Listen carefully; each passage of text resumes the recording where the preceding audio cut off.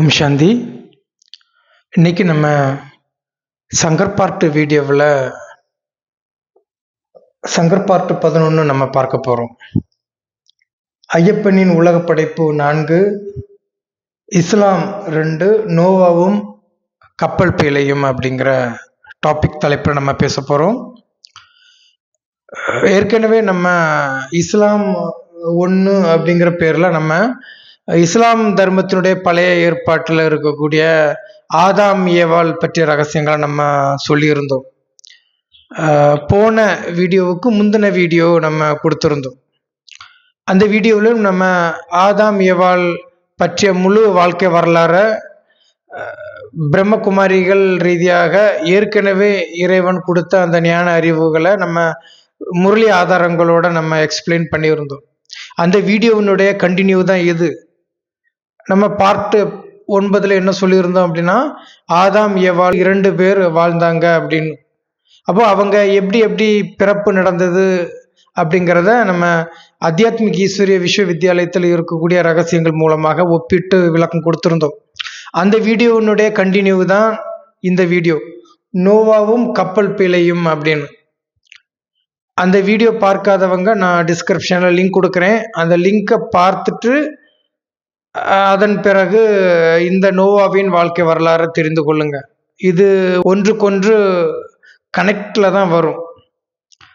சரி, நம்ம ஏற்கனவே அந்த பார்ட் நம்பர் 9 என்ன சொல்லியிருந்தோம் அப்படின்னா, ஆதாம் சேவாகிராம் அவங்களும் அவங்களுடைய இடுப்பெலும்பிலிருந்து ஏவாள் அப்படின்னு நம்ம லேக்ராஜ் கிருபாலினி அவங்க பிறந்ததாகவும் சொல்லியிருப்போம். இவங்க தான் ஆதாம், இவங்க ஏவாள். ஆணாக இருக்கிறாரு, ஆனா பெண்ணாக தான் அனுபவம் செய்ய முடியும். பாபா முரளிகள்ல விளக்கம் கொடுத்திருக்கிறாரு. ஆணாக இருக்கிறதுனால ஏவாளாக இருக்க முடியாதுன்னு நினைச்சுக்கிறாங்க. ஆனா அப்படி கிடையாது. உலகத்தை படைத்த ஒரு பெண் பிரம்மா அப்படின்னா உலகம், மான அம்மா, உலகத்திற்கே அம்மா அவங்க தான் ஏவாள் அப்படின்னு முரளி ஆதாரங்களோட கடவுள் எக்ஸ்பிளைன் பண்ணியிருப்பார். அதை போன வீடியோவில் நம்ம முழுக்க விளக்கம் கொடுத்துருந்தோம். அந்த வீடியோவினுடைய கண்டினியூவை நம்ம ஒரு பைபிளுடைய பழைய ஏற்பாடு காலங்களில், குரானுடைய பழைய ஏற்பாடு காலங்கள்ல இருந்து நம்ம சொல்லி அதற்கான ரகசியங்களையும் இந்த வீடியோவில் பார்த்து தெரிந்து கொள்ளலாம். வீடியோவுக்கு போகலாம். பார்ட் நம்பர் 9 என்ன சொல்லியிருப்பேன் அப்படின்னா, ஆதாம் ஏவாள் அவங்களுடைய பிறப்பு ரகசியம் இப்படி உருவானது அப்படின்னு சொல்லிட்டு நம்ம ஃபினிஷ் பண்ணியிருப்போம். அதனுடைய கண்டினியூ நம்ம எப்படி சொல்ல போறோம் அப்படின்னா, ஆதாம் ஏவாளுக்கு உலகத்தையே கடவுள் என்ன பண்ணியிருந்தார் அப்படின்னா அர்ப்பணம் பண்ணியிருந்தாரு. அவங்க எது நினைத்தால் நடக்கக்கூடிய சக்தியை இறைவன் கொடுத்திருந்தார். அவங்க நிர்வாணமாகவும் இருந்திருப்பாங்க அப்படின்னு நான் சொல்லியிருப்பேன். அப்போ அப்படி நிர்வாணமாக இருந்த அந்த ஆதாம் ஏவாளுடைய வாழ்க்கை என்ன ஆனது அப்படின்னா, சைத்தான் பிசாசு அப்படின்னு சொல்லக்கூடிய அந்த பாம்பு ரூபம் கொண்ட விகார உணர்வுகள் ரீதியாக ஏவாளை முதல்ல கவர்ந்து இழுக்கும். அந்த சைத்தான் பிசாசு, லூசிபர், இப்லீஷ்னு சொல்லக்கூடிய அந்த அசுத்த ஆவி.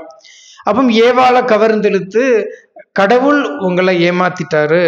அப்போ இந்த தோட்டத்தில் உள்ள அனைத்து மரத்தினுடைய கனிகளையும் நீங்க சாப்பிடலாம், ஆனா அந்த தோட்டத்தினுடைய ஒரு ஓரமாக இருக்கக்கூடிய அந்த மரத்தின் கனியை சாப்பிடக்கூடாதுன்னு சொல்லியிருந்தார்ல. நீங்க அந்த மரத்தினுடைய கனியை சாப்பிட்டால் கடவுளுக்கு சமமான பலம் உங்களுக்கு வந்துடும், உங்களுக்கு நல்லது கெட்டது தெரிந்து கொள்ளக்கூடிய சக்தி வந்துடும் அப்படின்னு சைத்தான் பிசாசு லூசிபர் என்ன பண்ணுவார் அப்படின்னா, பாம்பு ரூபத்துல ஏவாளை முதல்ல வஞ்சிக்கும். ஏவாளை ஏமாத்தி இந்த மரத்தினுடைய கனியை நீயும் சாப்பிடு, ஆதாமுக்கும் கொடு, உங்க 2 பேருக்கும் கடவுளுக்கு சமமான பலம் வந்துடும் அப்படின்னு சொல்லி வந்ததாக பைபிள் குரானுடைய பழைய ஏற்பாடு காலகட்டம் நகரும். அதன்படியே ஏவாள் என்ன பண்ணுவாங்கன்னா, அந்த பாம்பு கொடுக்கிற அந்த பழத்தின் கனியை, அந்த மரத்தின் கனியை சாப்பிட்டு தான் சாப்பிட்டது மட்டும் கிடையாது, ஆதாமுக்கும் அதை கொடுத்துருவாங்க ஏவாள். அப்படின்னு தான் அந்த கதை அமைப்பு நகரும். அதன் பிறகு அவங்களுக்கு உடல் உணர்வு வந்துடும். அது வரைக்கும் நிர்வாணமாக இருந்த ஆதாம் ஏவாள் என்ன செய்வாங்க அப்படின்னா, அங்கனோடி இருக்கக்கூடிய இலை, தலைகள், பட்டைகள், அந்த மரத்தினுடைய தோள்களை தன்னுடைய உடல்ல உடுத்தி, தான் ஒரு உடல் உணர்வுல இருக்கிறோம், தான் ஒரு நிர்வாண முறையில் இருக்கிறோம், இது தவறு அப்படின்னு சொல்லிட்டு நல்லது கெட்டது அவங்களுக்கு தெரியறது போல பைபிள் குரான்கள்ல பழைய ஏற்பாட்டுல வரும். அப்போ கடவுள் கர்த்தர் அல்லாஹ் என்ன பண்றாருன்னா, தேவனான இறைவன் ஒவ்வொரு நாளும் வந்து பார்த்துட்டு போறது வழக்கம். அப்படி ஆதாம் ஏவாளை பார்க்க வரும்போது ஒளியான கடவுளை பார்த்து ஆதாம் ஏவாள் ஒளிஞ்சு கொள்வாங்க. அப்போ ஏன் ஒளிஞ்சுக்கிறீங்கன்னு கேட்கும்போது, நாங்க நிர்வாணமாக இருக்கிறது எங்களுக்கு புரிஞ்சிடுச்சு, தெரிஞ்சிடுச்சு அப்படின்னு சொல்லும்போது, கர்த்தர் அல்லாஹ் என்ன பண்ணுவார்னா, அந்த மரத்தினுடைய கனியை சாப்பிட்டீங்களா, ஏன் சாப்பிட்டீங்க அப்படின்னு சொல்லும்போது ஆதாம் சொல்லுவாரு, ஏவாள் தான் எனக்கு அந்த மரத்தினுடைய கனியை எனக்கு கொடுத்தா, எனக்கு எதுவுமே தெரியாது கர்த்தாவே பிதாவேன்னு சொல்லும்போது, உடனே கடவுள் கர்த்தர் எல்லாம் என்ன செய்வார்னா, ஏவாளை நோக்கி, நீ ஏன் இதை ஆதாமுக்கு கொண்டு கொடுத்த, நீ ஏன் அந்த மரத்தின் கனியை சாப்பிட்ட, அப்போ நீ உன் வாழ்க்கை முழுவதும் நீ துன்பம் அனுபவம் செய்து குழந்தைகளை பெற்றுக்கொள்வாய் அப்படின்னு கடவுள் சாபமிட்டதாகவும், ஆதாம் வியர்வை சிந்தி தன்னுடைய வாழ்க்கையை தினமும் வாழ்வான் அப்படின்னு சொல்லிட்டு ஒரு சாபம் விட்டு அவங்க வாழ்க்கையில அவங்க அதுவரையிலும் நினைத்ததெல்லாம் நடந்து கொண்டிருந்த அந்த சக்திகளை அவங்க இழந்துருவாங்க ஆதாம் ஏவாள். அதுக்கு பிறகு இறைவன் சரி நம்ம கோபப்படக்கூடாது ஆதாம் ஏவாள் கிட்ட அப்படின்னு உணர்ந்து அவங்களுக்கு தேவையான அந்த ஆடைகளை அவர் இறைவனே ஏற்படுத்தி கொடுப்பார் சொல்லி கதை அமைப்பு நகரும். அதன் பிறகு ஆதாம் ஏவாளுக்கு வந்து காயின் ஆப்பேல் அப்படின்னு 2 குழந்தைகள் பிறப்பாங்க. அதுல காயின் வந்து தேவனாகிய கர்த்தர் அல்லாவுக்கு தன்னுடைய தோட்டத்தில் இருக்கக்கூடிய காய்கறிகள் பல வகைகள் இதை மட்டும் கர்த்தர் கடவுள் பிதாவுக்கு படைப்பார். அதே போல ஆப்பேல் என்ன பண்ணுவார்னா, தன் ஆட்டுக்கொட்டையில இருக்கக்கூடிய ஒரு செம்பரி ஆடை பிடிச்சு இறைவனுக்கு பலியிடுவார், இறைவனுக்கு படைப்பார். அதனால காயினை விட ஆப்பேல் கர்த்தருக்கு இறைவனுக்கு ரொம்ப பிடிக்கும். அதனால அவனே ஆசீர்வதிப்பாரு கடவுள் யார, ஆப்பேல. இது காயினுக்கு பிடிக்காது. அதனால காயின் ஆப்பேல் தன்னுடைய சகோதரனை ஒரு காட்டுக்கு இழுத்துட்டு போய் அங்க வந்து காயின் ஆப்பேல வந்து கொலை செஞ்சிருவான். இப்படிதான் பைபிள் குரான் வசனங்கள் நகருது. அப்படி கொலை உண்ட அந்த ஆப்பேல வந்து அவனுடைய சடலத்தை முள்ளிலும் கல்லிலும் இழுத்து ஒரு புதரில் கொண்டு போய் மறைச்சி புதைச்சி போட்டுட்டு வந்துடுவான் காயின். அப்போ ஆப்பேல் வந்து இறந்துருவாங்கிறது காயினுக்கு தெரியும். அப்போ ஆப்பேலை புதைச்சிட்டு காயின் வீட்டுக்கு வரும்போது ஆப்பேலை காணலை அப்படின்னு வீட்டில் சொல்லுவான் காயின் ஆதாம் ஏவாள்கிட்ட. அப்புறம் என்ன நடக்குது அப்படின்னா, கர்த்தர் வந்து காயின்கிட்ட கேட்குறாரு, ஆப்பேலை நீ என்ன பண்ண எங்கன்னு கேட்கும்போது எனக்கு தெரியாதுன்னு போய் சொல்லிடுவான் காயின். அப்போ கர்த்தர் கடவுள் என்ன சொல்லுவார் அல்லாஹ் அப்படின்னா, நீ ஆப்பேலை கொலை செஞ்சுட்ட, அதனால் உன் சந்ததியே சபிக்கப்பட்ட சந்ததியாக மாறும் அப்படின்னு சொல்லுவார். அப்போ காயின் மன்னிப்பு கேட்பான், என்னை மன்னிச்சிருங்க, நாங்கள் தெரியாமல் இதை செஞ்சுட்டேன் நான் அப்படி சொல்லும்போது, நீ பயப்பட வேண்டாம், உன் சந்ததியினரில் ஒரு தேவதூதனை நான் வந்து உருவாக்குவேன், அவன் ஆதாமினுடைய சாயல்ல நான் கண்டுபிடிப்பேன் அப்படின்னு சொல்லிட்டு ஒளியானவர் கடவுள் அவர் மறைஞ்சிருவார். அதுக்கு பிறகு மக்கள் நிறைய பாவங்கள் செய்வாங்க. பாவங்கள் செய்கிற அந்த மக்களை வந்து இறைவன் வந்து வளர விட்டுருவார். நிறைய பாப்புலேஷன்ல ஒரு குறிப்பிட்ட ஸ்டேஜில் நிறைய மக்கள் தொகை பெருகிறோம். அந்த டைம்ல கடவுள் வந்து யாரை தெரிந்து கொள்றாருன்னா, நோவாங்கிற ஒரு மனிதனை அவர் தெரிந்து கொள்வார். நோவா மிகப்பெரிய ஒரு தீர்க்கதரிசியாகவும் இருப்பார். நோவா அவர் வந்து எந்த பாவங்களும் செய்யாம மனிதர் குலத்துல ஒரு முதல் நிலையில இருக்கக்கூடிய ஒரு தலைவராக விளங்குவாரு நோவா. அவரை கண்டுபிடிப்பாரு ஒளியானவர் கடவுள் ரொம்ப காலத்திற்கு பிறகு. அதன் பிறகு உள்ள விஷயங்கள் அவர் சொல்றாரு, மனிதன் பாவம் செஞ்சுட்டு இருக்கிறான், நான் பாவத்திலிருந்து நான் உன் மூலமாக நான் விடுதலை செய்ய போறேன், அதனால நான் இப்ப இருக்கிற இந்த மக்களை வந்து ஒரு பெருத்த வெள்ளம் கொண்டு நான் அழிக்க போறேன், மொத்தம் 100 வருடத்துல இந்த மக்களை நான் அழிச்சிருவேன் அப்படின்னு சொல்றது போல கான்செப்ட் நகரும். அதன் பிறகு நீ ஒரு மிகப்பெரிய ஒரு கப்பல் பேலையை நீ உருவாக்கு, அந்த கப்பல் பேலையில உன்னுடைய குழந்தைகள் 3 பேர் உண்டு. யாருக்கு? நோவாக்கு 3 பசங்க உண்டு, குழந்தைகள் உண்டு. அப்போ அவங்களுக்கு 3 பேருக்கும் 3 மருமகள்களை மனைவிமார்களை ஏற்படுத்தி கொடுத்திருந்தார் நோவா. அப்போ அவங்களோட சேர்த்து நீ அந்த கப்பல் பேலைக்குள்ள நீ கூட்டிட்டு போயிரு.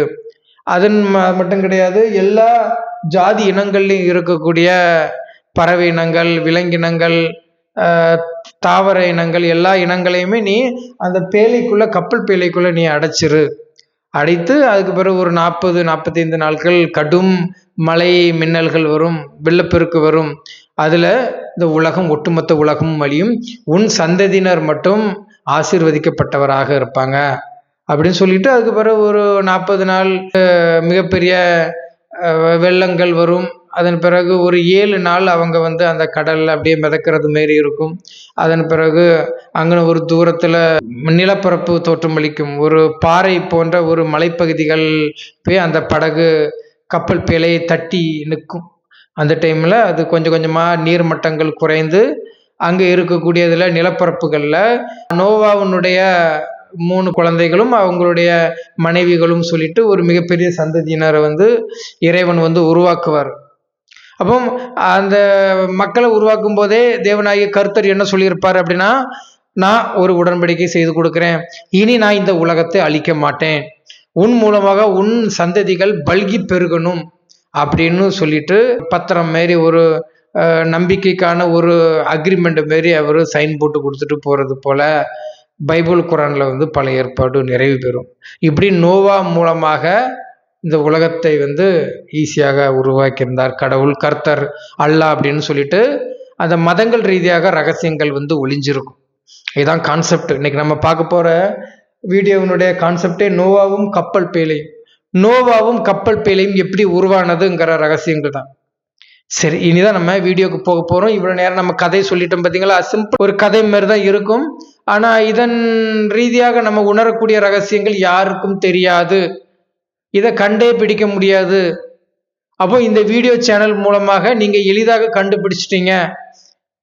அப்போ அது என்ன ரகசியம், ஏது ரகசியங்கிறத இப்போ நம்ம சொல்ல போகிறோம். நம்ம போன வீடியோ மற்றும் பார்ட் 9 சங்கர் பார்ட் 9ல் நம்ம ஏற்கனவே ஒரு விளக்கம் நம்ம கொடுத்துருந்தோம். ஆதாம் ஏவாள் யார் அப்படின்னு சொல்லிட்டு நம்ம விளக்கம் கொடுத்துருந்தோம். அப்போ அந்த வீடியோனுடைய கண்டினியூவில் தான் இது வரும். ஆதாம் ஏவாள் வந்து எங்க வாழ்ந்தார்கள் அப்படின்னா சொர்க்கத்தில் வாழ்ந்தார்கள் அப்படின்னு சொல்லிட்டு பைபிள்ல நிறைய கிறிஸ்தவர்கள் வந்து ட்ரஸ்ட் பண்றாங்க. உண்மையிலே கிறிஸ்தவர்கள் நம்பிக்கையின் நிலையில் இருக்கக்கூடிய அளவிற்கு ஆதாம் ஏவாள் சொர்க்கத்தில் இருந்தார்களா அப்படின்னு நீங்க கேட்டீங்கன்னா, சத்தியமாக ஆதாம் ஏவாள் சொர்க்கத்தில் கிடையாது. அப்போ ஆதாம் ஏவாள் சொர்க்கத்தில் கிடையாதுன்னா ஆதாம் ஏவாள் எங்க இருந்தாங்க அப்படின்னா இதே பூமியில தான் மக்களோட மக்களாக இருந்திருப்பாங்க. அதற்கு சங்கம யுகம் அப்படின்னு பேர். சரி, அப்போ கிறிஸ்தவர்களுக்கு தான் இது தெரியல, முஸ்லிம்களுக்கு தெரியுமானா முஸ்லிம்கள்ல 100 நபருக்கு தெரியும். எப்படி தெரியும்? சொர்க்கத்துல ஆதாம் ஏவாள் இருந்தார்களான்னு கேட்டா இல்ல, ஆதாம் ஏவாள் சொர்க்கத்தில் கிடையாது, இப்ப இருக்கக்கூடிய சாதாரண இதே நிலப்பரப்புல தான் இருந்தாங்க அப்படின்னு சொல்லிட்டு பைபிள் குரான்ல இல்லாத ரகசியங்களை கூட வாக்கு தத்தங்களாக சொல்லக்கூடிய நிறைய முஸ்லிம் இஸ்லாமியர்கள் இருக்கிறாங்க. அவங்களுக்கு எப்படியோ தெரியல, அந்த ரகசியங்கள் அவங்க தெரிந்து கொண்டு வச்சிருக்கிறாங்க. ஆதாம் ஏவாள் சொர்க்கத்தில் இருந்தவர்கள் கிடையாது. அப்போ நம்ம ஏற்கனவே சங்கர் பார்ட் 9 அப்படிங்கிற ஒரு வீடியோவில் நம்ம கொடுத்துருந்தோம். ஆதாம் ஏவாள் அப்படின்னு கொடுத்துட்டு அதனுடைய கண்டினியூ எப்படி சொல்ல போறோம் அப்படின்னா, இன்னைக்கு நான் ஒரு குட்டி கதை சொன்னேன் பார்த்தீங்களா. முதல்ல ஏவாளை யார் வஞ்சித்து ஏமாற்றி அந்த மரத்தினுடைய கனியை சாப்பிட வைக்கிறது? லூசிபர், இப்லீஷ்னு சொல்லக்கூடிய அந்த கெட்ட ஆவி, அந்த சைத்தான் பிசாசானவன் நம்ம சொல்லியிருந்தோம். அப்போ சைத்தான் பிசாசு ஆன அந்த பாம்பு ரூபம் கொண்ட விகார குணம் கொண்ட அந்த பாம்பு என்ன செய்யுதுன்னா ஏவாளை தான் முதல்ல வஞ்சிக்கும், ஏவாளை தான் முதல்ல ஏமாத்தும். இதற்கு என்ன ரகசியம் அப்படின்னா, நம்ம போன வீடியோவில் ஆதாம் ஏவாள் கொடுத்துருந்தோம். ஆதாம் ஏவாள் இப்படிதான், இவங்க தான் ஆதாம், இவங்க தான் ஏவாள். பெண்ணாக பைபிள் குரான்கள்ல பழைய ஏற்பாட்டில் காட்டியிருப்பாங்க. ஆனால் அப்படி கிடையாது, உலகத்தினுடைய தாய் ஏவாள். அதனால நம்ம அத்தியாத்மிக் ஈஸ்வரிய விஸ்வவித்யாலயம் மற்றும் பிரம்மகுமாரிகள்ல என்ன சொல்லப்பட்டிருக்கு அப்படின்னா, சத்தியத்தின் அடிப்படையில் அத்தியாத்மிக் ஈஸ்வரிய விஸ்வவித்யாலயத்துல உலகத்தின் தாய் யார் அப்படின்னா பிரம்மா தான். பிரம் அப்படின்னா உலகம், மானா அம்மா, உலகத்திற்கே அம்மா தான் ஏவாள். அப்போ ஜெகத்தாம்பா ரோல் பண்றது வந்து நம்ம பிரம்ம பாபா, லேக்கராஜ், குப்சண்ட், கிரும்பாலினின்னு சொல்லியிருப்பேன். அப்புறம் பிரஜாபிதா, ஜெகத்பிதா ரோல் பண்றது நம்ம சேவாகிராம், குப்சண்ட், தாஸ்வானிங்கிறவங்க தான். அப்போ இவங்க ரீதியாக யார் முதல்ல பாவங்களை செய்யறாங்க அப்படின்னா ஏவாள் தான் முதல்ல பாவங்கள் செய்யறாங்க. அப்போ இந்த கதையின் அடிப்படையில ஏவாளை தானே பாம்பு முதல்ல வஞ்சிக்குது. அந்த அசுத்த குணம் கொண்ட அந்த இப்லீஷ், லூசிபருங்கிற அந்த சைத்தான் என்ன பண்றது? ஏவாளை தான் முதல்ல கூப்பிடுது. அந்த மரத்தின் பக்கம் வந்து பாரு, இந்த மரத்தினுடைய கனி எவ்வளவு ருசியாக இருக்குது, கடவுள் கர்த்தர் அல்லாஹ் என்ன பண்ணிட்டாரு, தேவனாகியவர் என்ன பண்ணி இருக்கிறாரு, உங்களை ஏமாற்றி இருக்கிறாரு, பொய் சொல்லி இருக்கிறாரு. அப்போ நீங்க என்ன பண்ணணும்? இந்த மரத்தினுடைய கனியை ருசிச்சு பாருங்க, உங்களுக்கு கடவுளுக்கு சமமான பலம் வந்துடும் அப்படின்னு சொல்லிட்டு வஞ்சிக்கிறது போல வரும். இதற்கு என்ன ரீசன் அப்படின்னா, 1936 வந்து அவங்க சேவாகிராம் மூலமாக இறைவன் வந்து இந்த ஞான ஒளியை உருவாக்கி, அதன் பிறகு அவருடைய இரண்டாவது மற்றும் அவருடைய முதல் மனைவி ரீதியாக நம்ம லேக்ராஜ் குப்சண்ட் கிருபாலின்னு சொல்லக்கூடிய நம்ம பிரம்ம பாபா ரீதியாக அவருக்கு அந்த சத்தியத்தை வந்து உணர வச்சிருந்தாங்க. நீதான் ஸ்ரீ கிருஷ்ணர், இனி வரக்கூடிய காலங்களில் பிரம்மா பாபாவும் சங்கை மிகுத்தில் இருப்பா, அப்போ இப்போ இருக்கிற அந்த பழைய உலகம் அழிந்து புதிய உலகம் உருவாக்க போகுதுங்கிற அந்த ஒரு காரணத்தை வந்து சொல்லியிருப்பார். சொல்லி அதன் பிறகு அவங்க வந்து ஒரு யக்கியம் மூலமாக உருவாக்குறதுக்கு எல்லா ஏற்பாடுகளுமே நடத்தியிருப்பாங்க. அந்த யக்கியம் வந்து 1936 1942 வரை அந்த யக்கியத்தின் தன்மை இருக்குதுன்னு நம்ம சொல்லியிருப்போம். அப்போ 1936 1942 என்ன நடக்குது அப்படின்னா, காமம், கோபம், பற்று, அகங்காரம், பேராசைன்னு சொல்லக்கூடிய 5 விகாரங்கள்ல என்ன ஆயிடுச்சு அப்படின்னா, நம்ம சேவாகிராம் அவங்களுக்கும் லேக்ராஜ் குப்சண்ட் கிருபாலின்னு சொல்லக்கூடிய நம்ம பிரம்ம பாபாவுக்கும் ஒரு சின்ன பிரச்சனை. சரி, அந்த பிரச்சனையினுடைய தாரக நிலை எங்க இருந்ததுன்னா பிரம்ம பாபா தான். மதங்கள் ரீதியாக அதான சொல்றாங்க, ஏவாள தானே என்ன பண்ணிடுச்சு, சைத்தான் பாம்பு வஞ்சித்து அந்த நல்லது கெட்டது தெரியக்கூடிய அந்த உடல் உணர்வு ரீதியாக வரக்கூடிய விகாரத்தை வந்து முதல்ல அதற்கான கனியை வந்து சைத்தான் ஏவாள் கிட்ட தான் கொடுக்கு. அப்போ 1936 1942 வரைக்கும் சிவகிராம் சரீரத்துல வந்து பரமாத்மா அந்த ஞானம் கொடுக்கிறாருல. 1941 42 என்ன நடக்குது அப்படின்னா, 1936 1942 வரைக்கும் கொடுக்கிற வாணி வந்து பியூ வாணி, ஸ்ட்ரிக்டான வாணி. பகவத்கீதைக்கு விளக்கம் கொடுப்பாரு பாபா, தன்னுடைய நாலேஜை புது உலக படைப்புக்கான நாலேஜை கொடுப்பார். இதான் பியூ வாணி. அந்த வாணி கொடுக்கும்போது ரொம்ப ஸ்ட்ரிக்டான ஒரு வாணியாக இருக்கும். அதை சாதாரண நபர்கள் வந்து ஃபாலோவே பண்ண முடியாது. முழுக்க முழுக்க விகாரங்களை வெற்றி கொள்றது, அனைத்து வேத மதங்களுடைய குறிப்பாக கீதைக்கு ரகசியம் தெரிந்து கொள்றதுதான் அந்த பியூ வாணிக்கான ரீசன், காரணம். அந்த 1936 1942 வரைக்கும் சிவகரம் சரீரத்திலிருந்து பாபா இந்த நாலேஜ் கொடுத்தாரு பார்த்தீங்களா. அந்த டைம்ல நிறைய ப்ரெஷர்ஸ், நிறைய விஷயங்களை வந்து ஆர்டர் கொடுக்கறது போல நம்ம சேவாகிராம் அவங்க நம்ம பிரம்ம பாபாவுக்கு நம்ம லேக்ராஜ் அவங்களுக்கு கொடுத்துருந்தாங்க. சிவபாபா தான் வந்து இந்த கட்டளைகளை எல்லா குழந்தைகளுக்கும் கொடுக்க சொல்றாரு. அப்படி கொடுக்கும்போது அவங்க நம்ம லேக்ராஜ் என்ன நினைச்சுக்கிட்டாரு அப்படின்னா, தனக்கு கீழே ஒர்க் பண்ணக்கூடியவர் தன்னுடைய சேவாகிராம், தனக்கு மேனேஜராக ஒர்க் பண்ணக்கூடியவர், வேலை செய்தவர் தன்னுடைய நகை கடையில, அவரு தனக்கு ஆர்டர் கொடுக்கறாரே, தனக்கு கட்டளை கொடுக்கறாரே, நம்மளையே எடுத்து பேசுறாரே, நம்மளையே ஒரு செயலை செய்ய சொல்றாரு அப்படின்னு சொல்லிட்டு அந்த ஈகோ உணர்வுகள் வருது, உடல் உணர்வு அப்போ அவருக்கு ஸ்டார்ட் ஆகுது. ஸ்டார்ட் ஆகி அவர் என்ன பண்ணிடுவார்னா, சிந்து ஹைதராபாத்தில் தான் அந்த தன்னுடைய வீட்டில் அரண்மனையில தான் வச்சு பிரம்ம பாபா என்ன பண்றாரு, லேக்ராஜ் ஒரு ஆசிரமம் போல ஓம் மண்டலி உருவாக்கிட்டு இருக்கிறாரு. 1936 1942 பரமாத்மா வந்த புதுசுல.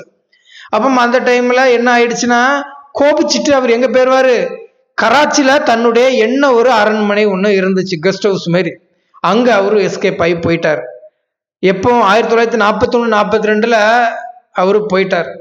அப்போ போகும்போது என்ன ஆகுதுன்னா, அதை தான் வேத மதங்கள்ல எடுத்திருக்கிறாங்க, இஸ்லாமியத்துல எடுத்திருக்கிறாங்க. பைபிள் குரான்ல சொல்லக்கூடிய பழைய ஏற்பாட்டில் அந்த கான்செப்ட் தான் நகருது. எப்படி நகருதுன்னா, அந்த சைத்தான் பிசாசு முதல்ல ஏவாளை வஞ்சிக்கிறான். ஏவாளை வந்து ஏமாத்தி நல்லது கெட்டது உனக்கு தெரியும் உடல் உணர்வுக்கான அந்த பழத்தை கொடுக்கும்போது தானும் உண்டு, அதை வந்து ஆதாமுக்கும் கொடுத்துருவாங்க. நம்ம போன வீடியோவிலேயே சங்கர் பார்ட் 9ல நம்ம என்ன சொல்லியிருந்தோம் அப்படின்னா, ஆதாமுங்கிறது நம்ம சேவாகிராமு, ஏவாளுங்கிறது நம்ம லேக்ராஜ் குப்சண்ட் கிருபாலினி நம்ம பிரம்ம பாபா. அப்போ இப்படி இருக்கும்போது 1936 1942 டைரக்டா சேவகிராம் சரீரத்துல சிவத்தந்தை வந்துட்டு இருந்தாருல. அந்த டைம்ல அவங்க சேவகிராம் சரீரத்துல வந்து அந்த ப்ரெஷர் இருக்குல்ல, அதன் ரீதியாக தான் முதலாக எங்க வருது பிரச்சனை அப்படின்னா, ஏவாள்னு சொல்லக்கூடிய நம்ம பிரம்ம பாபா மூலமாக வந்து அதன் மூலமாக குழப்பம் வந்து அவர் கோபிச்சுட்டு கராச்சிக்கு போயிட்டார். அப்போ அந்த டைம்ல தான் அந்த கோர்ட்ல கேஸ் இது நடந்துகிட்டு இருக்கு. ஓம் மண்டலிக்கு எதிராக ஆன்டி ஓம் மண்டலின்னு ஒரு குறிப்பு உருவாயிட்டு இருந்திருக்கு. அந்த டைம்ல தான் என்ன ஆயிருக்குன்னா, அவரு சேவகரம் வந்து மாட்டியிருப்பாரு அங்க இருக்கக்கூடிய, ஏன்னா சரீரத்துல சேவகரம் சரீரத்துல வந்துட்டு இருக்காரு பாபா. அப்போ அவரு பிரம்ம விட்டுட்டு போயிட்டாரு, அவரை கண்டு யாருக்கும் காரியம் கிடையாது. அப்போ சேவாகிராமும் ஒரு அலட்சியத்திலே இருந்துட்டாரு. அப்போ பிரம்ம பாபா சரீரத்துல சிவத்தந்தை வராதனால குழந்தைகள் மெயின்டைன் பண்ணிட்டு இருக்கிறாரு சிந்து ஹைதராபாத்ல சேவாகிராம். அதுதான் அவங்க ஏவால அந்த பாம்பு வஞ்சிக்கிறது போலவும் தானும் உண்டு ஆதாமுக்கும் அதை கொடுத்துருவாங்க. அப்போ இதை ஏன் நீ கொடுத்த அப்படின்னு கேள்வி வருது. கர்த்தர் அப்படித்தானே கேட்கிறாரு, ஏவால கை நீட்டி கேட்கிறாரு, நீ ஏன் அந்த மரத்தினுடைய கனியை சாப்பிட்டா, அது உடல் உணர்வு வரக்கூடிய கனியாச்சே அப்படின்னு கேட்கும்போது ஆதாமுக்கும் அவங்க கொடுத்துருவாங்க. ரெண்டு பேருக்கு இடையில அந்த டைம்ல பிரச்சனை வந்திருக்கு. 1941-42 சேவாகிராம் அவங்களுக்கும் லேக்ராஜ் அவங்களுக்கும் பிரச்சனை வந்திருக்கு. அடிப்படிதான் வரல, வேற எல்லா வாக்குவாதங்களும் வந்துட்டு அவங்க கோபிச்சுட்டு போயிட்டாரு. கராச்சி போயிட்டாரு. அங்க அவருக்கு ஒரு அரண்மனை மாரி அங்கேயும் ஒரு வீடு வச்சிருந்தாரு கராச்சியில. லேக்ராஜ் குப்சன் கிருபாலை நம்ம பிரம்ம பாபா. அதுதான் பைபிள்ல சொல்லக்கூடிய அந்த சைத்தான் ஆகிய பாம்பு, பிசாசானவன் லூசிபர், இப்லீஷ் ஏவால முதல்ல தாக்குறான். அங்க பிரச்சனை ஸ்டார்ட் ஆகுதா? அப்போ நமக்குமே ஒரு கேள்வி ஏற்படும். அப்ப நம்ம லேக்ராஜி பிரம்ம பாபா இருக்கிறார்ல, சிந்து ஹைதராபாத்ல இருந்து சேவாகிராம் அவங்ககிட்ட கோபிச்சுட்டு கராச்சி போனதா சொல்றீங்களே, அதுக்கு பிறகு எப்படி கதை கான்செப்ட் வந்தது அப்படின்னா 1941-42 சேவாகிராம மர்டர் பண்ணிடுவாங்க. அங்க இருக்கக்கூடிய ஆன்டி மண்டலியில இருக்கக்கூடிய மெம்பர், அந்த ஏரியாவில் இருக்கக்கூடிய ஊர் மக்கள் எல்லாரும் சேர்ந்து சேவாகிராம கொலை பண்ணி அவருடைய உடல் சவத்தை கூட மறைச்சிருவாங்க.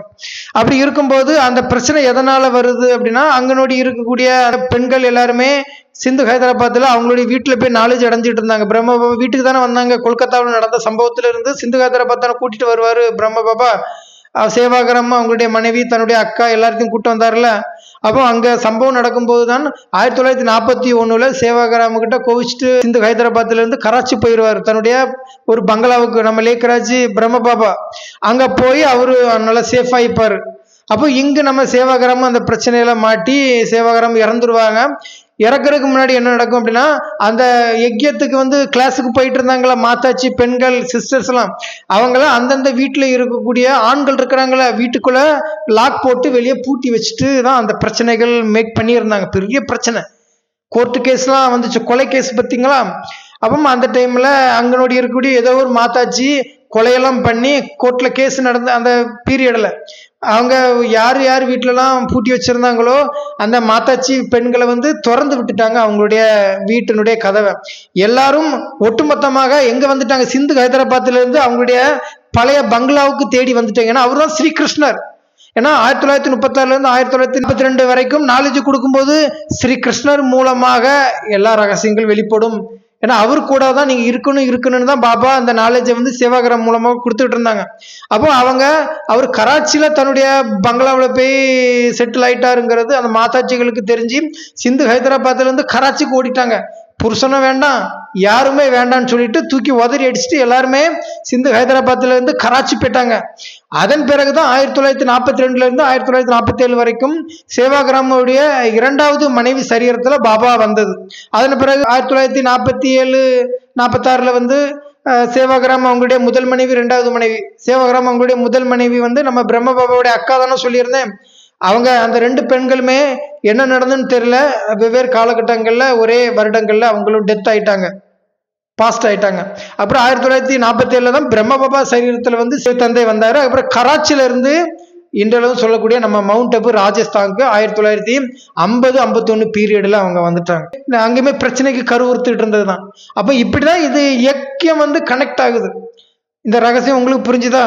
அதன் பிறகு சரி என்னதும் ஆயிட்டு போட்டுன்னு சொல்லிட்டு சமாதானம் ஆயிடுச்சு. அதுக்கு பிறகு என்ன ஆகுது அப்படின்னா, ஆதாம் ஏவாள் மூலமாக ஒரு குழந்தை பிறக்குது, 2 குழந்தைங்க. காயின் ஆப்பேல் அப்படின்னு சொல்லிட்டு 2 குழந்தைகள் ஆதாம் ஏவாளுக்கு பிறந்திருந்தாங்க. இப்ப இந்த கதையை நான் முதல்ல ஸ்டார்டிங்ல சொல்லியிருப்பேன். அதையும் சொல்லிட்டு அதுக்கு என்ன ரகசியம் பைபிள் குரானுடைய இஸ்லாமியத்துல பழைய ஏற்பாட்டுல சொல்ற ரகசியங்கள் நம்ம தெரிந்து கொள்ளலாம். அப்போ காயின் ஆப்பேல் 2 பேரும் சகோதரர்கள். அவங்க ஆதாம் ஏவாளுடைய 2 குழந்தைகள். அப்போ அதுல என்ன நடக்குது அப்படின்னா, நம்ம தேவனாகிய கர்த்தர் அல்லாஹ் ஒளியானவருக்கு 2 பேரும் 2 விதமான பலிகளை கொடுக்குறாங்க, 2 விதமான உபசரணைகள் பண்றாங்க, கடவுளுக்கு அர்ப்பணம் பண்றாங்க. காயின் என்ன பண்ணுவான்னா, அவன் தோட்டத்துறவுகள்லாம் வச்சிருந்தான், விவசாயம் பண்ணிட்டு இருந்தான். அதனால தன் தோட்டத்துல தன் விவசாயம் மூலமாக வந்த பல வகைகள், காய்கறிகள், கீரை வகைகள்னு சொல்லிட்டு தாவர வகைகளையே தன் தோட்டத்தில் வர்றதை அப்படியே கர்த்தருக்கு படையல் செய்திருந்தான். ஆனா ஆப்பேல் என்ன பண்றான், அவன் ஒரு ஆட்டு மேய்க்கக்கூடிய ஒரு ஆடு மேய்ப்பனாக இருந்தான். தன்னுடைய ஆட்டு பண்ணையில இருக்கக்கூடிய எல்லா ஆடுகளிலும் ரொம்ப நலிவு இல்லாத ஒரு நல்ல திடமான ஒரு ஆட்டுக்குட்டிய, குறும்ப ஆட்டுக்குட்டிய தேவனாகிய கர்த்தருக்கு பலி கொடுத்தான். இதனால அந்த ஆட்டுக்குட்டியை பலி கொடுத்ததுனால ஆப்பேல் மேல ரொம்ப அன்பு வந்துடுச்சு ஒளியானவருக்கு, கடவுளுக்கு. அதனால அவனே ஆசீர்வதித்தார். அதை தெரிந்து கொண்ட காயின் என்ன பண்ணிடுவான் அப்படின்னா, ஆப்பேல தனியா ஒரு காட்டுக்கு கூட்டிட்டு போய் அடின்னு அடிச்சு முள்ளிலும் கல்லையும் இழுத்து என்ன பண்ணிடுவான்னா ஒரு குழிக்குள்ள போட்டு மூடி கவர் பண்ணி போட்டுட்டு வந்துடும். யாரு? காயின் ஆப்பேல கொலை பண்ணிடுவான். இப்படிதான் பைபிள் குரான்ல அந்த கான்செப்ட் வருது. நான் சைடில் அந்த போட்டோலாம் காட்டுறேன். அப்போ கர்த்தர் கேட்கிறாரு, ஒளியானவர் அல்லாஹ் கேட்கிறாரு, என்னப்பா ஆயிடுச்சு, ஆப்பேல எங்கன்னு கேட்கும்போது எனக்கு எதுவும் தெரியாதுன்னு சொல்லும்போது நீ அவனை கொலை பண்ணியிருக்கிற, அப்போ உன் சந்ததி சபிக்கப்பட்ட சந்ததி அப்படின்னு சொல்லும்போது காயின் மன்னிப்பு கேட்கிறான். அப்போ நீ பயப்படாத, உன் சந்ததி நான் எதுவும் செய்ய மாட்டேன், உன் சந்ததியை நான் பல்கி பெருக வைப்பேன். ஏன்னா 2 சந்ததியில ஒரு சந்ததி தான் பெருகி வரணும். பாவங்கள் செய்யக்கூடிய அந்த விபச்சார சந்ததியினர் தான் காயின். அப்போ காயின் தன்னுடைய குடும்ப சகிதங்களை கொண்டு போயிட்டு இருக்கிறான். அப்போ அவன் ரீதியாக ரொம்ப நாளைக்கு பிறகு என்ன ஆகுதுன்னா, நோவாங்கிற ஒரு மனிதனை இறைவன் தெரிந்து கொள்றார். இதுதான் பைபிள் குரானுடைய இஸ்லாமியத்தினுடைய பழைய ஏற்பாட்டில் உள்ள கான்செப்ட். அப்ப இதுல என்ன கனெக்ட் ஆகுது அப்படின்னா, ஆதாம் ஏவாளுங்கிறது யார் சொன்னேன்? சேவாகராம், நம்ம லேக்கராஜ் இவங்க. அப்போ பாவம் செஞ்சது யாரு? நம்ம ஏவாள் பாவம் செஞ்சாங்க. அவங்க எனக்கு நீ எப்படி ஆர்டர் கொடுக்கலாம், எனக்கு கீழே ஒர்க் பண்ணவன் தானே நீ அப்படி சொல்லிட்டு அவர் கோபிச்சுக்கிட்டு எங்க போயிட்டாரு? கராச்சிக்கு போயிட்டாரு, தன்னுடைய பங்களாவுக்கு. அப்போ அங்கேயே பிரச்சனை ஸ்டார்ட் ஆயிடுச்சுல. அங்கேயே 2 பேருக்குமே சண்டை பிரச்சனை வந்துட்டு. அந்த டைம்ல தான் என்ன ஆகுது அப்படின்னா, அந்த காயின் ஆப்பேல் பிரச்சனை வருது பாத்தீங்களா?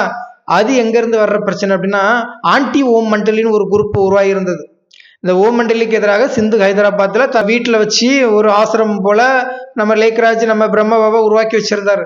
அங்க அந்த பிரச்சனை வரும்போது நம்ம சேவாகிராம் இருக்கிறாங்களே அவங்க வசமா சிக்கிடுவாங்க. அப்போ அவங்கள அடின்னு அடிச்சு என்ன பண்ணிடுவாங்கன்னா, முள்ளிலையும் கல்லுலையும் இழுத்து அவங்கள ஒரு குழிக்குள்ள போட்டு கவர் பண்ணி அங்க கோர்ட்டு கேஸ் நடந்துகிட்டு இருக்கும். இது என்ன கணக்கு அப்படின்னா, அஞ்ஞானிகள் ஓம் மண்டலி குரூப் யாரு அப்படின்னா நம்ம காயின். அப்போ அதுல கொலையுண்ட நபர் யாரு அப்படின்னா நம்ம சேவாகிராம்.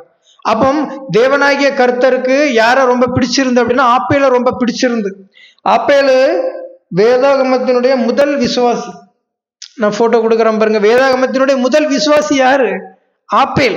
அது வேற யாரும் கிடையாது, நம்ம ஆதாம் தான் ஆப்பேலா வராரு. புரிஞ்சுதா? அப்போ அதுல காயினா யார் வராங்கன்னா அஞ்ஞானி ஓம் மண்டலியில இருக்கக்கூடியவங்க நம்ம ஆதாம்னு சொல்லக்கூடிய சிவகிராம கொலை செஞ்சிடும்.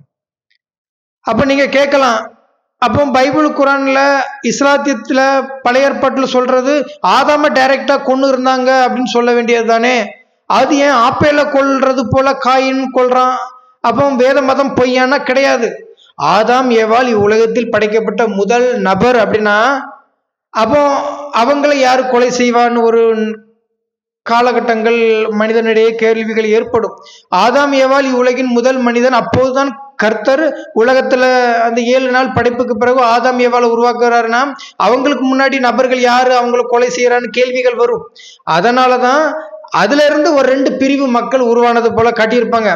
பைபிள் குரான்ல பார்த்தீங்கன்னா ஆதாம் 900 வருடங்களுக்கு மேல வாழ்ந்ததா இருக்கும், ஏவாள் ஒரு 800 வருடங்கள் வாழ்ந்ததாக ரெக்கார்ட் இருக்கு. இப்படி இருக்கும்போது திடீர்னு ஆதாம் இறந்துட்டாருன்னா வேற மாரி அப்போ கொன்னது யாருங்கிற கான்செப்ட் வரும். அதுக்குதான் அவங்களுடைய சந்ததியின்ல காயின் அப்படிங்கிறவர் ஆப்பேல முள்ளிலையும் கல்லிலையும் அடித்து கொலை செய்வார். அப்போ ஆப்பேல என்ன பண்ணுவாரு? தன் ஆட்டு மந்தியில இருக்கக்கூடிய ஒரு நல்ல குறும்பாட கடவுளுக்கு பலி கொடுப்பாரு. காயின் என்ன பண்ணுவான்னா காய்கறி, பல வகைகள், கீரை வகைகள், தாவர இனங்களை இறைவனுக்கு பலி கொடுப்பார். அப்போ தன் ஆட்டு மந்தையில் இருக்கக்கூடிய தன்னுடைய ஆட்டில் ஒரு குறும்பாட பலி கொடுத்ததுனால ஆப்பேல யாருக்கு பிடிக்குது? ஒளியானவருக்கு, கடவுளுக்கு பிடிக்குது. இதுக்கு என்ன ரீசன் அப்படின்னா, உலக மக்கள் இறைவனுக்கு என்ன படையல் போடுறாங்க? விகாரங்களே படையல் போடுறாங்க இல்ல.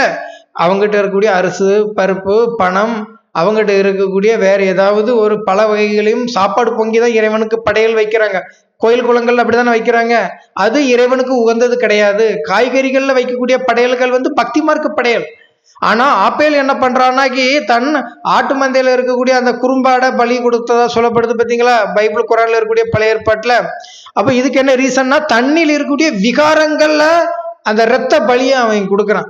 துடிக்க துடிக்க தண்ணீரில் இருக்கக்கூடிய விலங்கு காமம், கோபம், பற்று, அகங்காரம், பேராசை, பயம், வெறுப்பு, பொறாமை, சோம்பல்தனம், பழிவாங்குதல், 10 அசுர குணம் கொண்டு அந்த விலங்கை இறைவனுக்கு பலி கொடுக்கிறார். அங்க ஆட்டுக்குட்டியை பலியிடுறது போல இருக்கும். அஞ்ஞானிகள் காயின் அவங்க தன் கையில இருக்கக்கூடிய அரிசி, பருப்பு, வேற ஏதாவது பல வகைகள் தான் படையில் வைக்கிறாங்க. தண்ணியில் இருக்கக்கூடிய விகாரங்களை ஆப்பேல் பலி கொடுக்கறான். அதனால அவன் காயின் கொலை செய்யறது போல இருக்கும். அதாவது ஆன்டி ஓமண்டலியில ஒரு குரூப் உருவாயிட்டாங்க. பெரிய பெரிய செல்வந்தர்கள்லாம் அதன் மெம்பரா இருந்துட்டு ஓமண்டலிக்கு எதிராக புரட்சி செய்யறாங்க. அப்படி புரட்சி செய்யும் போதுதான் ஆப்பேலுன்னு சொல்லக்கூடிய ஆதாம் மாற்றாரு. ஆதாம் யாரு? நம்ம சேவாகரம் மாற்றாரு. சேவாகரம காயின் சொல்லக்கூடிய அந்த பக்தி செய்யக்கூடிய பக்தி மார்க்க மனிதர்கள் கொலை செய்து அவங்க சவத்தை கூட மறைச்சிருவாங்க. சைட்ல போட்டோலாம் கொடுக்குறேன், பாபா முரளியில விளக்கம் கொடுத்துருக்கிறார். அப்போ இப்படிதான் நடக்குது. அப்போ காயின் மன்னிப்பு கேட்கிறாரு தேவநாயக கர்த்தர்ட்ட. இப்படி தவறுகள் நடந்துடுச்சு, இனி நான் என்ன பண்றது, என்ன எதுவும் பண்ணிடாதீங்கன்னு சொல்லும்போது, நீ பயப்பட வேண்டாம், உன்னை எதுவும் செய்ய மாட்டேன், உன்னுள்ள நான் ஒரு தடயத்தை போடுவேன், உன் சந்ததியில எனக்கு பிடித்தமான ஒரு தீர்க்க தரிசி ஒருவர் பிறப்பாரு உன் சந்ததியில. அப்படி வரக்கூடிய சந்ததியினர் இருந்து நான் ஒரு புது மனிதனை நான் கண்டுபிடித்து உலக படைப்பை நான் உருவாக்குவேன். அவர் இந்த உலகத்தினுடைய முதல் மனிதராக அவர் இருப்பாருன்னு சொல்லிட்டு காயினுக்கு முதல்ல தேவநாயக கர்த்தர் சொல்லியிருப்பார். இப்படிதான் வேத புத்தகங்களுடைய கதை அமைப்புகள் நகருது. அதன் பிறகு நோவாங்கிற மனுஷனை ரொம்ப நாள் நிறைய பாப்புலேஷன் ஜனங்கள் பல்கி பெருகும்போது இறைவன் தேவநாயக கர்த்தர் கண்டுபிடிப்பார். அதுவுமே எங்கள் ஆன்மீகத்தில் என்ன சொல்லப்படுதுன்னா, அவர் நம்ம சேவாகிராம் ஆப்பேல் இறந்துட்டார்ல, இறந்த பிறகு அவர் அஞ்ஞானியாக தான் பிறக்கிறார். மனிதர்களோட மனிதர்களாக சாதாரண மனிதனாக பிறந்து 1969 அவர் நாலேஜுக்கு வரார். அதுதான் காயினுடைய சந்ததியினர்ல பல்கி பெருகும்போது அந்த ஆதாமினுடைய நிலையிலிருந்து இன்னொரு மனிதனை அவர் கண்டுபிடிப்பார், நோவாங்கிற மனிதனை. இது என்ன சொல்லப்படுது அப்படின்னா, ஆன்மீக ரீதியாக 1941-42 யாரு நம்ம சேவாகிராம் ஆதாம் இறந்துட்டாரு பார்த்தீங்களா, 1969 அவர் அப்போதான் நாலேஜுக்கு வரார். நாலேஜுக்கு 1976 தேவநாயக கர்த்தர் நோவான்னு சொல்லக்கூடிய உலகின் முதல் மனிதன், நாஸ்ட்ரடமஸ் சொல்லிய முதல் மனிதரை கடவுள் ஒளியானவர் கண்டுபிடிக்கிறார். அவருக்கு நோவா அப்படிங்கிற ஒரு பெயரை வைக்கிறார். இப்போ உங்களுக்கு விஷயம் புரியுதா? அப்போ இனி நோவாங்கிற மனுஷங்கிட்ட இறைவன் சொல்றது தான் சமாச்சாரம், ரகசியங்கள். அப்போ நீங்க இதிலே கேட்கலாம், அப்போ 1942 இருந்து 1947 வரைக்கும் சேவாகிராம அவங்களுடைய 2வது மனைவி சரீரத்துல பாபா கொடுத்த நாலேஜ் எல்லாம் பெருசா எடுத்துக்கலையே. 1947 இருந்து 1969 வரைக்கும் பிரம்ம பாபா சரீரத்துல இறைவன் கொடுத்த நாலேஜ பெருசா எடுத்துக்கலையே. 1969 இருந்து பாப்தாதாங்கிற பேர்ல குல்தாதாதி சரீரத்துல கடவுள் வந்ததாக அவர் பிரம்ம பாபா பாப்தாதாங்கிற பேர்ல ஏமாத்தி 2017 வரை அந்த நாலேஜ் எல்லாம் கொடுத்து, அதுக்கு பிறகு இப்போ 2026 வரைக்கும் இப்போ அந்த பிரம்மகுமாரிகள் யஜ்யம் உருவாகுதே. இதெல்லாம் பைபிள் குரான்ல இல்லை அப்படின்னா இல்லை. பைபிள் குரான்ல இருக்கிற ரகசியங்கள் தான் நம்ம ஒவ்வொன்றா சொல்லிட்டு இருக்கிறோமே. அப்போ 1936 இருந்து 1942 வரைக்கும் ஆதாம் ஏவாள் வரலாற்று கதைகளும் உருவாகுது. அதன் பிறகு காயின் ஆப்பேல் மூலமாக சேவாகிராம் ஆப்பேலாக இருந்து இறக்குறார். அதன் பிறகு அதே காயினுடைய வம்சத்துல மனித கோலத்துல ஒரு 1969 யாரு நோவா மறுபடியும் வெளிப்படுறாரு. யாரு? நம்ம விரந்தர் தேவ் தேசித்து. சேவாகிராமருடைய அடுத்த பிறவி 1969 அவர் அப்போதான் நாலேஜுக்கு வராரு. 1942 பிப்ரவரியில யாரு பிறந்திருக்கிறான்னா நம்ம விரந்தர் தேவ் தேசித்து பிறந்திருக்கிறார். என்னுடைய அடுத்த வீடியோ இல்லைன்னா அதுக்கு அடுத்த வீடியோ நம்ம விரந்தர் தேவ் தேசித்தினுடைய வாழ்க்கை வரலாறு நான் கொடுக்குறேன். புரிஞ்சத ஒரு ஃபுல் ஸ்டோரி ஒன்று வரும், அது ஒரு 1/2 hour ஓடும். அது நீங்க இது வரைக்கும் யாருமே தெரிஞ்சிருக்க மாட்டீங்களா, அதையும் நம்ம சொல்லிடுவோம். அது இதற்கு அடுத்த வீடியோ இல்லைன்னா அதற்கு அடுத்த வீடியோ நம்ம கொடுக்கலாம், பார்த்து தெரிந்து கொள்ளுங்க.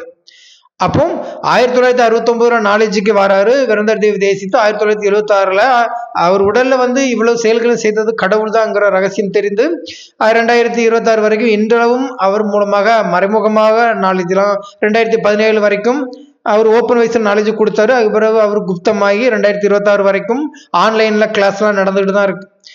அந்த டைம்ல இந்த டைம்ல வர்ற ரகசியங்கள் தான் பைபிள் குரான்ல பழைய ஏற்பாடுல சொல்றது போல காயினுடைய அந்த வம்சம் சந்ததிகள் பெருகும். அந்த டைம்ல நோவாங்கிற மனிதனை தேவனாகிய கர்த்தர் அல்லாஹ் ஒளியானவர் கண்டுபிடிக்கிறாரு. கண்டுபிடிச்சு இவ்வுலகம் 100 வருடம் தான்ங்கிறத ரகசியங்களை சொல்றாரு. நான் மிகப்பெரிய ஒரு உலக விநாசத்தை நான் உருவாக்க போறேன்.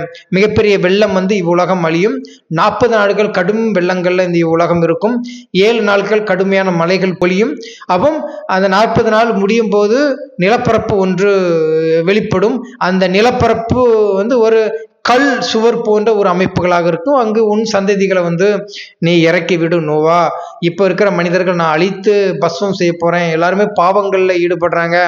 அதனால பாவத்தின் சம்பளம் மரணம். நான் உன்னுடைய சந்ததியினரையும் உன்னுடைய 3 குமாரர்களையும் அவர்களுடைய மனைவிகளையும் மற்றபடி உன்னுடைய விலங்கினங்கள் காட்டில் இருக்கக்கூடிய ஜீவராசிகள் பறவைகள் எல்லாத்தையுமே அதே கப்பல் பேழைகளை நீ உருவாக்க உன் சந்ததியை மட்டும் நான் விடுவிக்கிறேன் அப்படின்னு சொல்லிட்டு கர்த்தர் அல்லாஹ் ஒளியானவர் பைபிள் குரான்ல சொல்றது போல வருதுல. இதற்கு ரகசியம் என்ன அப்படின்னா 1976 நம்ம விரந்தர் தேவி தேசியத்துக்கிட்ட ஒரு 3 நண்பர்கள் ஒருத்தங்க இருந்தாங்களாம். அவங்க இப்போ வெவ்வேறு திசைகள்ல இருந்து அவங்களுடைய சந்ததி தான். அந்த 3 பேர் தான் ரொம்ப குப்தமாக மறைமுகமாக இருந்து இந்த நாலேஜை அவங்களுடைய எண்ண சக்திகளால தான் நாலாபுறங்கள் இருந்தும் பாபா சைட்ல எல்லாத்தையும் சேர்க்கிறாங்க. இதுதான் குரான் பைபிள்லயுமே சொல்லப்பட்டிருக்கு. பழைய ஏற்பாட்டுல ஒளியானவர் என்ன பண்றாரு, நோவா மற்றும் அவருடைய குமாரர்களை என்ன பண்றாரு ஒன்று சேர்த்து, அப்போ குமாரர்களுக்கு 3 குமாரர்களுக்கு மனைவிகள் இருக்கிறாங்களே, இவர்கள் மூலமாக அந்த 3 பேர் மூலமாக ஒட்டுமொத்த உலக மக்களும் திரட்டி கொண்டு வர்றதுனாலதான் அவங்க 3 பேருடைய மனைவிகளாக காட்டப்பட்டிருக்கு. அப்போ எல்லா ஜீவராசிகளையுமே உலக விநாசத்தின் அடிப்படையில கரை சேர்க்கிறாரு. கரை சேர்க்கிற இடம் சுருக்கமாக இருக்குது. அப்போ ஒரு அக்ரிமெண்ட் எழுதி கொடுக்குறாரு. அக்ரிமெண்ட்ல எப்படி இருக்கு அப்படின்னா, இனி நான் விநாசம் செய்ய மாட்டேன், உனக்கு நான் ஒப்பந்தம் கொடுக்குறேன், இனி நான் இந்த உலக மக்கள் அழிக்க மாட்டேன், உன் ஜனங்கள் பல்கி பெருகணும் அப்படின்னு சொல்றோம்ல. அதுதான் 2036 வரக்கூடிய உலக விநாசத்துல எல்லா மக்களுமே அழிந்து ஒரு குடை ஆட்சி, ஒரே மொழி, ஒரே ராஜ்யம், ஒரே குலம் தான் அங்க உருவாக போகுது, சொர்க்கம். சரி, அப்போ இந்த நோவான்னு சொல்லக்கூடிய நம்ம விரந்தர் தேவி தேசியத்து மூலமாக தான் உருவாக்கம் பண்ணப்படுது. விஷயம் புரியுதா? அப்போ இங்க எங்கேயாவது 1942 இருந்து 1947 வரைக்கும் சேவாகிராமுடைய 2வது மனைவி வந்தாங்களான்னு பாத்தீங்கன்னா வரல. 1947 இருந்து 1969 வரைக்கும் பிரம்மபாபா சரீரத்துல கடவுள் வந்த கான்செப்ட் வந்துச்சான்னு பாத்தீங்கன்னா பிரம்மபாபா சரீரத்துல வந்தது வரல. 1969 பாப்தாதாங்கிற பேர்ல பிரம்மபாபா குல்தார் தாதி சரீரத்தில் 2017 வரையிலையும் அவர் இப்ப 2026 வரைக்கும் பிரம்மகுமாரிகள் யஜ்யங்கள் இருக்கிறது வந்திருக்கா அப்படின்னா வரல. பைபிள் குரான்ல சொல்லக்கூடிய பழைய ஏற்பாட்டுல இந்த கான்செப்ட் தான் உருவாகுது. நான் அதை ஒரு வீடியோவாக கொடுத்துட்டேன் பார்த்தீங்களா? அப்போ இஸ்லாமிய தர்மத்தினுடைய பீஜ் ரூப் நான் தான், ஐயப்பன் தான். நான் தான் இந்த ரகசியங்களை சங்கர் பார்ட் 11 இந்த ரகசியங்களை உங்களுக்கு நான் வெளிப்படுத்துறேன். இது எவ்வளவு பெரிய விஷயம். இதுதான் பைபிள் குரான் இஸ்லாத்துல உள்ள பழைய ஏற்பாட்டில் வரக்கூடிய ரகசியம். நீங்க தெரிஞ்சு கொண்டீங்களா? இந்த வீடியோ மூலமா உங்களுக்கு வேற எதுவும் டவுட் இருந்ததுன்னா எனக்கு கமெண்ட் பாக்ஸ்ல நீங்க தெரியப்படுத்துங்க, நான் ஆன்சர் பண்றேன். நீங்க இந்த ஆத்தியாத்மிக் ஈஸ்வரிய விஸ்வவித்யாலயத்தின் மூலமாக நீங்க டைரக்டா சென்டருக்கு நீங்க போகணும் அப்படின்னா நான் ஒரு சைட்ல ஒரு போட்டோ மாதிரி கொடுக்குறேன். நம்ம பாரதத்துல குறிப்பாக தென் இந்தியாவில் நம்ம தமிழ்நாட்டில் இவ்வளவு இடங்கள்ல நம்ம ஆத்தியாத்மிக் ஈஸ்வரிய விஸ்வவித்யாலயத்தினுடைய மினி மதுபன்ஸ் இருக்கு. ஓகே, மினி மதுபன்னா சென்ட்ரு, சரியா? குட்டி குட்டி சென்டர்கள் இருக்கு. இது சங்கர் பார்ட்டில் கொடுக்கக்கூடிய 5 days கோர்ஸ் இவங்க கொடுக்குறாங்க இலவசமாக. ஆன்லைன் கிளாஸும் ஸ்பான்சர் பண்ணுவாங்க. நீங்க 5 நாள் கிளாஸ் அட்டன் பண்ணணும் ஆத்தியாத்மிக் ஈஸ்வரிய விஸ்வவித்யாலயத்துல ஆன்லைன்ல. அதுக்கு பிறகு ஒரு 4 இருந்து 5 முறை 1 வாரமோ 2 வாரமோ சூழ்நிலையில நீங்க போய் சென்டர்ல போய் சைன் பண்ணணும். சைன் பண்ணி முடிச்ச பிறகு உங்களுக்கு கம்பில உத்தரப்பிரதேசத்துக்கு உங்களை கூட்டிட்டு போவாங்க ஆத்தியாத்மிக் ஈஸ்வரிய விஸ்வவித்யாலயத்துல. வேணா ஒரு 3000 ரூபா தான் உங்களுக்கு செலவாகும். அங்கே ஒரு வாரம் நீங்க தங்கி இருக்கிறது மாதிரி இருக்கும். உங்களுக்கு ட்ரெயின் வசதிகள் ஒரு நாள் இருக்கும். நம்ம பாரதத்தினுடைய தென் பக்கத்துல இருந்து நீங்க கம்பில் உத்தரப்பிரதேசம், அது நம்ம விரந்தர் தேவ் தேசித்தவங்க பிறந்த மண். அங்க கபில முனிவர் தவம் செய்த இடம் ஒன்று இருக்கு, கபில வஸ்து அப்படின்னு சொல்லிட்டு. அந்த இடத்துல தான் ஒரு இடம் வந்து ஒரு ஸ்டோன் ஒரு கல் ஒன்று இருக்குமா.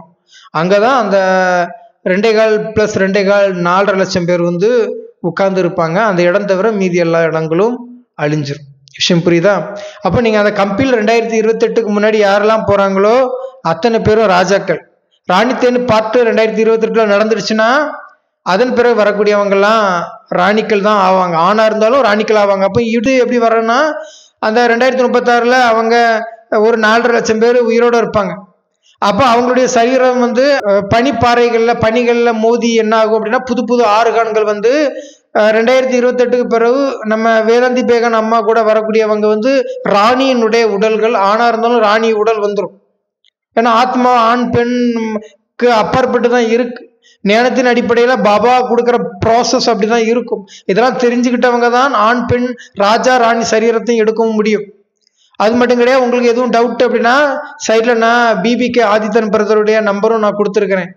அவங்க கிட்ட போய் உங்களுடைய விஷயங்கள் நீங்க கேட்டு தெரிஞ்சுக்கொள்ளுங்க. அவங்க நீ எந்தெந்த சென்டர் பக்கத்துல இருக்கோ ஆன்லைன் கிளாஸ் தான். நீங்க டைரக்டா சென்டர்லாம் போக வேண்டாம். ஆன்லைன் கிளாஸை நீங்க அட்டன் பண்ணலாம்.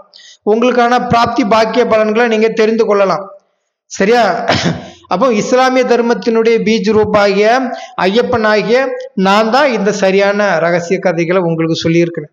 இப்படிதான் ஆதாம் ஏவால இருந்து காயின் ஆப்பேல் மூலமாக நோவாவினுடைய வம்ச வரலாறு வந்து இப்படிதான் உற்பத்தி செய்யப்படுது. சரியா? அப்போ நீங்க 1976ல இருந்து இப்போ அண்டில் நவ் வரைக்கும் நம்ம விருந்த தேவ் தேசித்து ரீதியாக இறைவன் இந்த நாலேஜ் கொடுக்குறாருல, நம்ம விருந்த தேவ் தேசித்தவங்க தான் நோவாவும் வர்றாரு. சரியா? ஏன்னா பிரஜைகளுடைய பிதா கடைசி வரைக்கும் எல்லாரும் கூடவும் இருப்பார் இல்லையா? அப்போ சூட்சும வதனவாசி ஆயிட்டாரு பிரம்மா. அப்போ அவரை எப்படி பிரஜைகளுடைய பிதாவாக சொல்ல முடியும்? அவருக்கு சரீரமே இல்லை.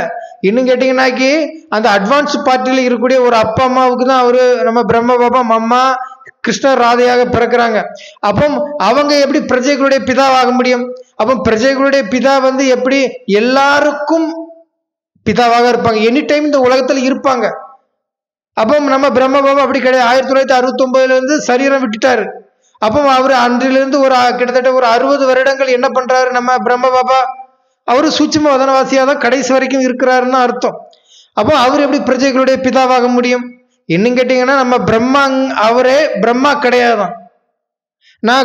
நான் இப்போ இஸ்லாம் 1, 2ன்னு சொல்லிட்டு இது ஒரு பார்ட் ஒரு கேட்டகரி வீடியோஸுமே போகும். அதுக்கு பிறகு ஹிந்து 1, இந்து 2, இந்து 3ன்னு சொல்லிட்டு இந்து மதம் ரீதியாக சொல்லக்கூடிய ரகசியங்கள் நம்ம சொல்லிட்டு கூடிய சீக்கிரமே நானும் குப்தம் நிலையை அனுபவம் செய்திருவேன். சரியா?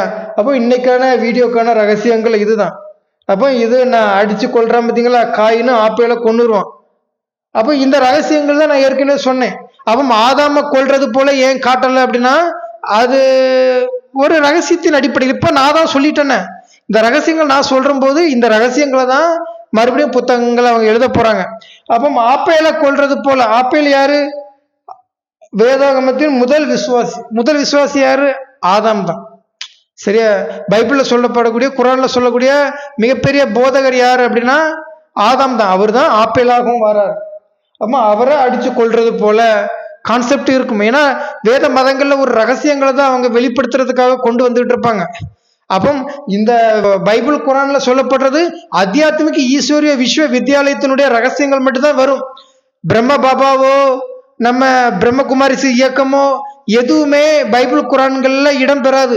அப்போ உண்மையிலேயே பைபிள் குரான்ல அவங்களுடைய விஷயங்கள் வராது அப்படின்னா அந்த துவாபரிக கலியுகத்தில் அவங்க எப்படி வந்தாங்கிற ரகசியத்தை இருக்கும்.